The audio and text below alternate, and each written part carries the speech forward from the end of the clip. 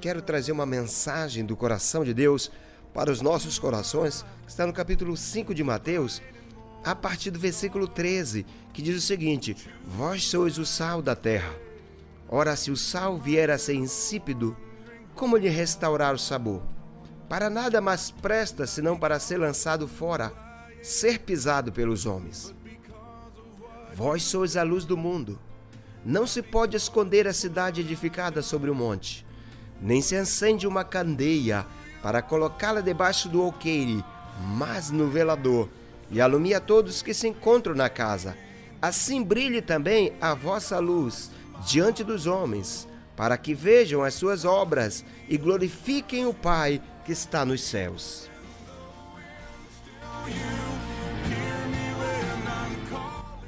Querido ouvinte, o tema da mensagem desta noite é discípulo, sal da terra e luz do mundo.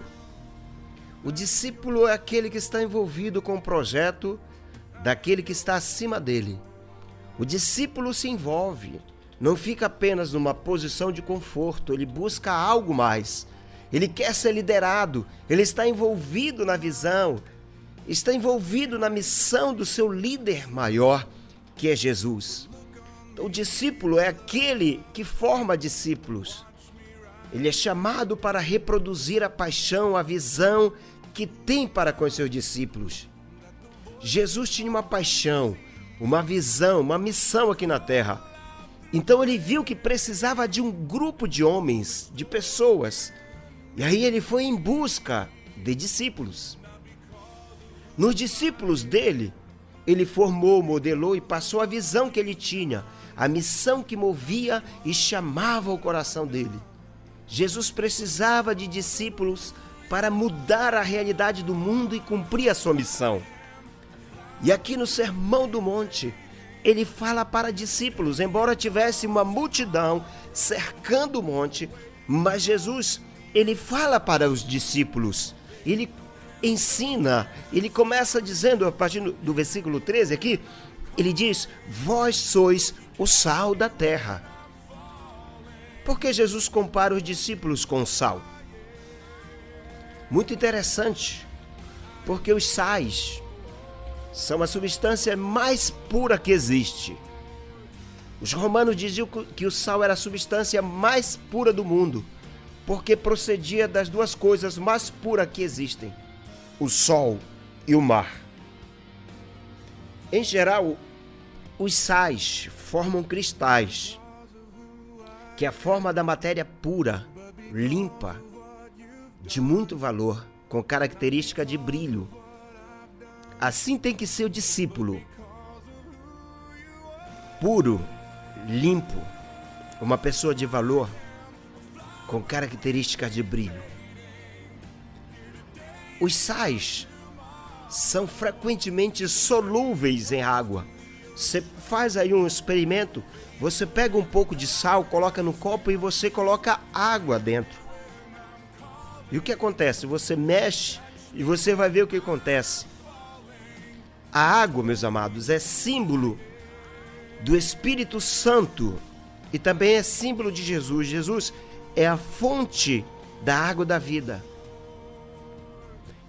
Então, quando você junta essas duas substâncias, a água representando o Espírito Santo e representando Jesus, e você junta com o sal, que é solúvel. Solúvel é aquilo que se dissolve, que se desfaz, formando uma única substância. Então, quando há essa mistura, há uma fusão aí. Água, que é Jesus, mais sal, que é o discípulo, que sou eu e é você, simbolizados pelo sal. Água mais sal é igual a água. O sal desaparece. Embora ele esteja lá, mas ele já não é visível. Então, isso que acontece quando Jesus, ele vem sobre nós. Quando o Espírito Santo de Deus, ele vem sobre nós, nós nos desfazemos. O discípulo, quando entra em fusão com Jesus e com o Espírito Santo, ele se desfaz. Ele se desfaz de si mesmo. Ele morre para si, formando uma única substância. Você só vai ver Jesus. Quando o sal é colocado junto com a água, você não vê mais o sal, você só vê a água. Assim também tem que ser a nossa vida. E os sais são excelentes condutores de eletricidade. Quando dissolvidos em água, quando dissolvidos em água, conduzem eletricidade. Ou seja, o discípulo, então, quando ele entra em fusão com Jesus e com o Espírito Santo, é um excelente condutor da glória e da unção de Deus. O sal era uma substância de um valor muito grande na antiguidade.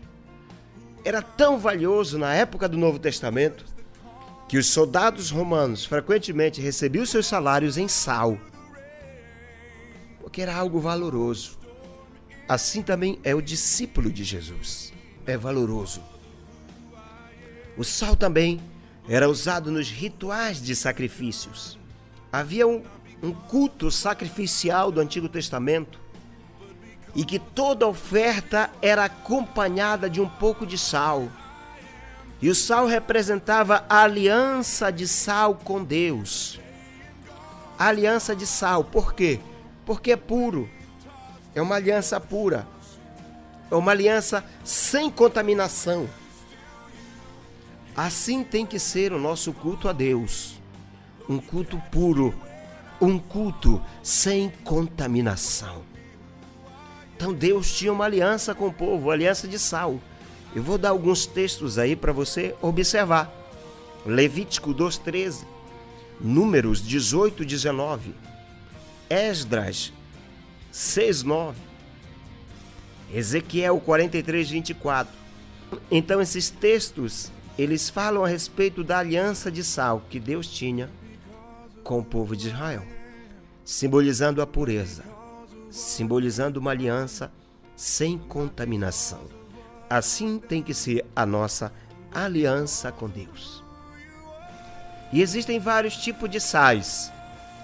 E o sal mais popularmente conhecido é o cloreto de sódio, vulgarmente conhecido como sal comum ou sal de cozinha, por ser largamente utilizado na alimentação humana. Então esse é o sal mais conhecido, o cloreto de sódio. O sal tem algumas funções que é muito interessante. Usava-se o sal para impedir que os mantimentos e outras coisas apodrecessem ou se corrompessem, para deter o processo de putrefação. Então o sal impede das coisas apodrecerem.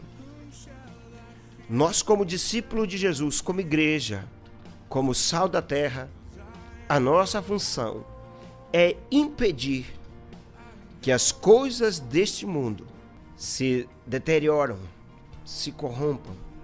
E a carne, meus irmãos, é um corpo morto e forma parte de um corpo morto. E se for deixada entregue a si mesma, com o tempo ela perde a frescura, o frescor, e ela apodrece.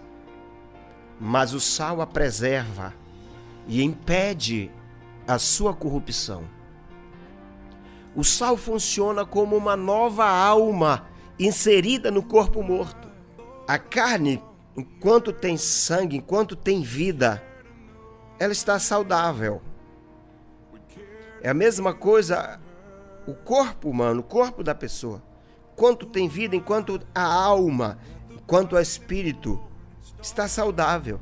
Mas depois que a vida sai, que o espírito, a alma sai, a tendência é apodrecer. Assim funciona o sal, como uma nova alma inserida no corpo morto.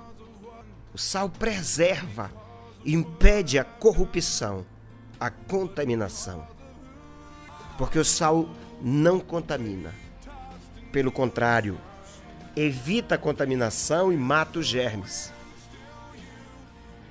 A história relata que os israelitas não adoeceram durante muito tempo porque jogavam sal nas fezes e enterravam. Porque o sal mata as bactérias. Então as moléculas do sal sugam as células dos germes que vêm a morrer. O sal também é usado na medicina. O sal também está presente nos alimentos. No pão, no queijo, nas bolachas, nos enlatados, etc. O sal é usado também como condimento, como tempero. Mas cuidado, não brinque com o sal, porque o sal mata. Sal em demasia provoca hipertensão. O sal mata também um tipo de sanguessuga. Há um tipo de sanguessuga, aquele bichinho que sobe nas pernas, no corpo da pessoa e pica e começa a sugar o sangue da pessoa, começa a sugar a vida da pessoa. E essa pessoa vai perdendo sangue e vai enfraquecendo. Pois bem, o sal mata este tipo de sanguessuga. É assim também é o pecado. O pecado vai sugando a vida da pessoa, vai matando espiritualmente a vida da pessoa. Jesus disse: ora, se o sal se tornar, ou seja, ele se torna, ele não é, mas ele pode se tornar. Se o sal se tornar insosso, ou seja, sem sabor, insípido, com que salgaremos? Para nada mais serve, senão para ser lançado fora e pisado pelos homens. É isso mesmo. Pisado pelos homens.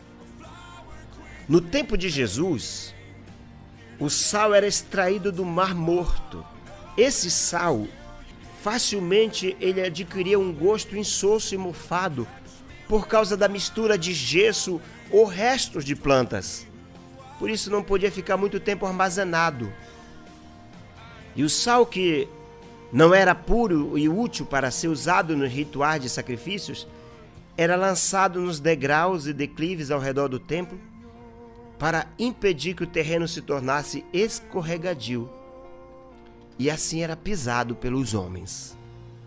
Então Jesus ele pega daqui esse exemplo e ele nos compara ao sal. Que se nós nos tornarmos insossos, insípidos, sem utilidade,